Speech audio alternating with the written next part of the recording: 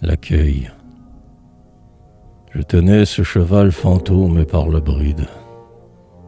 Ses sabots, azurés aux plaines du ciel bleu, rendaient de la musique au choc du sol aride, où ses ailes traçaient de sillage de feu. Il piaffait parmi la foule rassemblée. Un intime soleil emporprait ses naseaux, et le hennissement de la chimère ailée enchantait l'air, les cieux, les forêts, les eaux. Au-devant de son pas qui danse, la nature, éclatant d'un immense et multiple hosanna, venait diviniser la grande créature pour l'honneur éternel du point qui la mena. Or, comme les oiseaux autour de sa crinière s'efforçaient d'embraser de lumière leur vol, soudain le sifflement rapide d'une pierre effleura la courbure insigne de son col. La première, aussitôt 1000 pierres encore, ont touché le poitrail frémissant et doré. Le sabot bleu d'azur et les ailes d'aurore, et les talons sublimes et tout debout. Cabré, aise-toi, mon cheval, aise-toi qu'on lapide.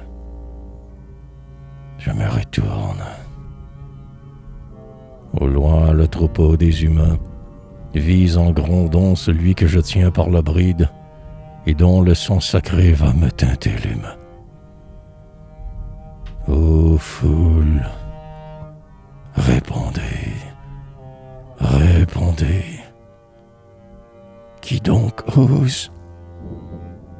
Il passe parmi vous l'être que les oiseaux saluent. Et vous? Le ciel sur son passage est rose, et l'immortalité dilate ses naseaux. Vous avez peur sans doute, étant chose mortelle, ou bien avez-vous cru? Leurs insolentes voix s'arrêtent, ricanant et grinçant à la fois, unanime clameur s'élève. Il a des ailes.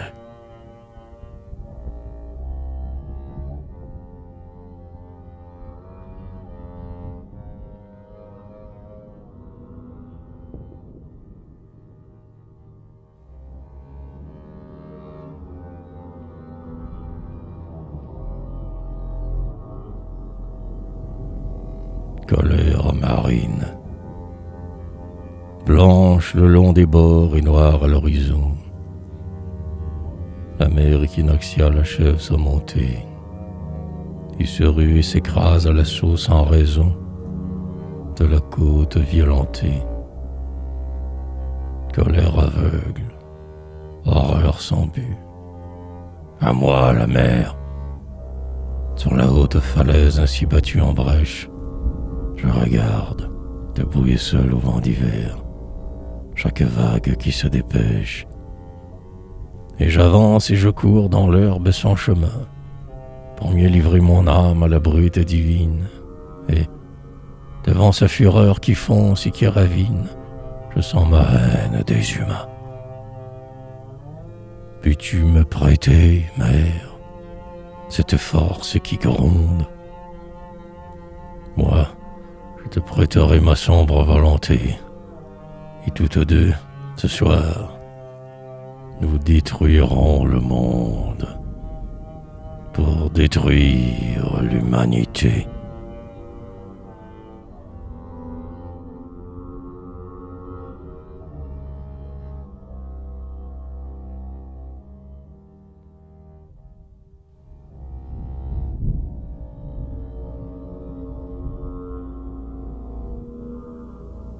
Présence. Que les pommiers d'avril ouvrent parmi l'aurore leurs mille blanches fleurs au cœur incarnadin, où que règne l'hiver sans feuilles et sans flore, la mer est au bout du jardin. On l'entend de partout, furieuse ou câline, léchant doucement l'herbe ou mangeant le terrain. Elle est là, vivant monstre impatient du front. La marée se discipline. Oui, la mer est au bout du jardin. Incessant, sans rythme, nuit et jour, entre par les fenêtres. On ne peut oublier, au plus profond des êtres, ce voisinage menaçant. Le raclement profond des grèves qu'elle drague berce tous les sommeils couchés au creux des lits. Et l'on devine au loin ses plis et ses replis, et la forme de chaque vague. Vers elle nous irons, de gradin en gradin, par les matins de joie et par les nuits pleurées. Ô vie humaine, ô sœur tragique des marais, la mer est au bout du jardin.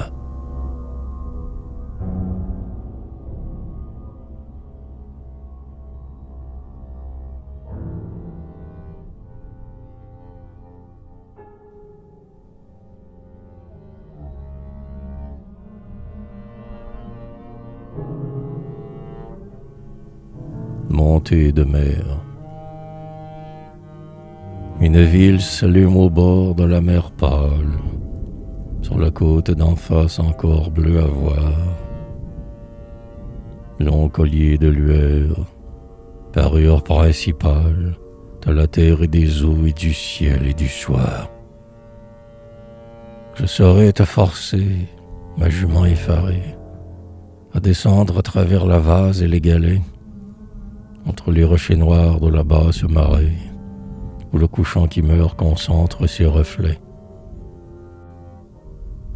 Nous piétinerons là jusqu'à ce que remonte la mer qui déjà gronde en mal de revenir. L'ombre salée au loin t'écoutera hennir, inquiète, vers les mystères qu'on raconte.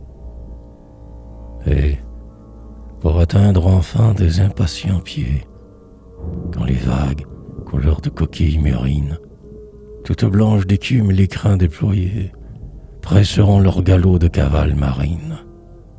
Alors, joignant ta course à la fougue des soirs, tu bondiras sous moi, ruée cravachée, et la mer, formidable et pâle chevauchée, mêlera ses crins blancs au vol de tes crins noirs.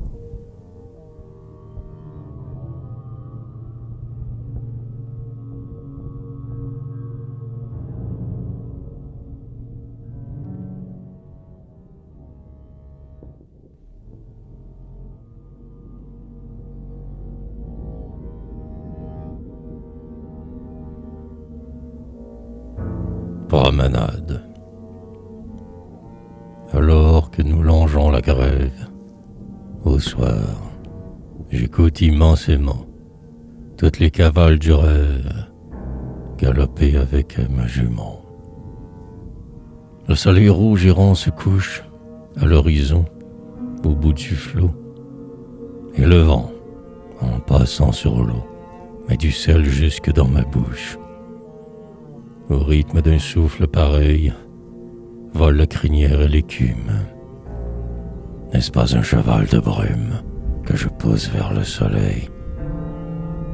Songeuse et sauvage Amazon, égarée au pays amer, de l'eau bleue et du sable jaune, je crois que je monte à la mer.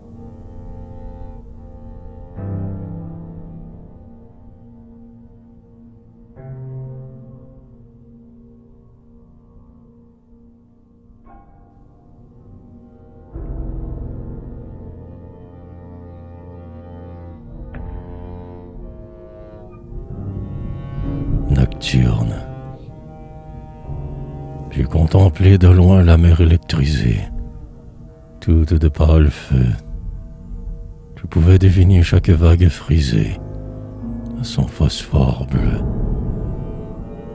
Je voulais m'enfuir dans la nuit orageuse, devenir l'élément, déferler et luire avec la vague creuse, impétueusement. Pourtant je suis resté assise à la fenêtre, et nul ne pouvait voir le phosphore caché qui courait dans mon être, allumer mon œil noir.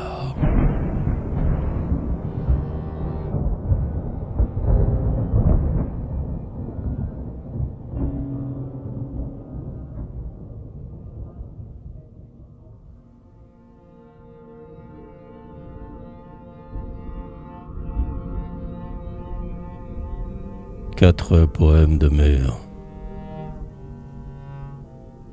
Les jours de mauvais temps, le long du sable amer, alors que l'horizon est plus dur qu'une barre, comme une barque au port qui tire sur la mare, mon âme veut prendre la mer.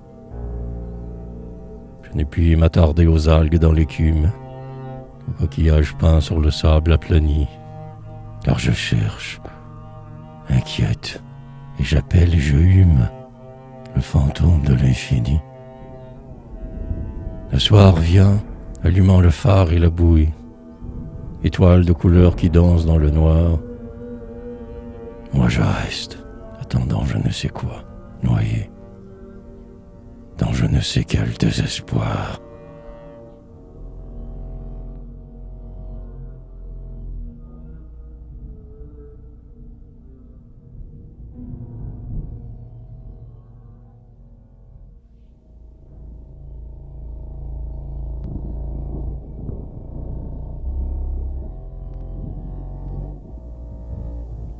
J'aime revoir l'estuaire, ces eaux, hybrides où la mer au fleuve se mélange. C'est là que j'ai senti naître et grandir cet ange qui, jusqu'à ma mort, tourmentera mes os. Je porte au fond de moi l'estuaire complexe, son eau douce mêlée à tant de sel amer. Quelque chose mon âme à tout jamais perplexe a fini d'être fleuve et n'est pas encore mer.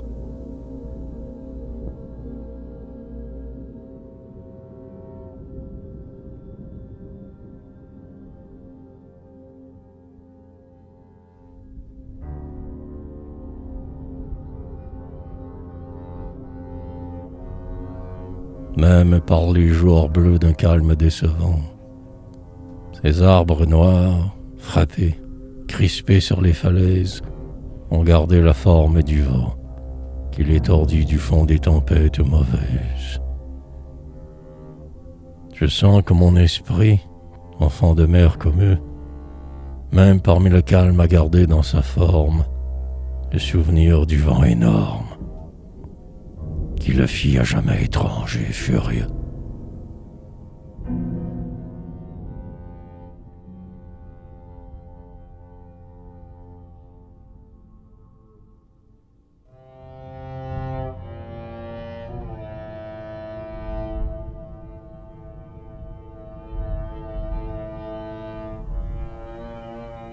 Les jours qu'un sombre esprit m'habite et me tourmente, seul le large m'accueille et me comprend un peu. C'est pourquoi je m'en vais, amoureuse d'un dieu, m'asseoir devant la mer démente. Je regarde le flot qui, bouillonnant et froid, ne cesse de bondir et de gronder sans cause.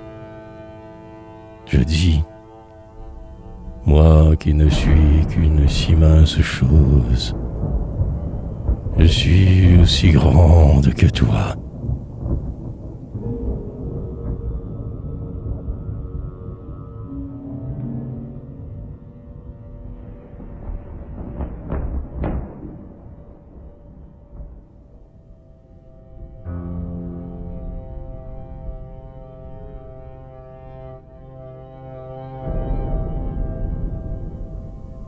A raison, diurne mer, ma grande pâle, toi dont je fus toujours l'enfant passionné. Mère, si de ta rumeur qui murmure ou qui râle, je sens que mon esprit est né,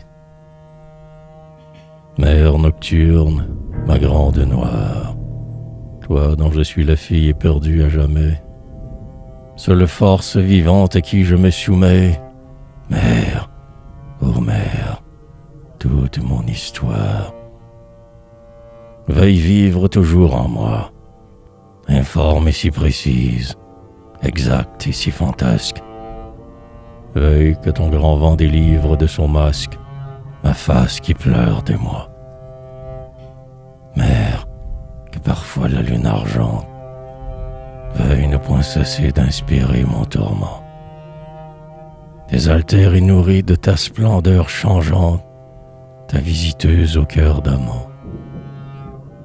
Debout parmi l'herbe salée, j'ouvre vers toi mes bras comme on fait pour quelqu'un.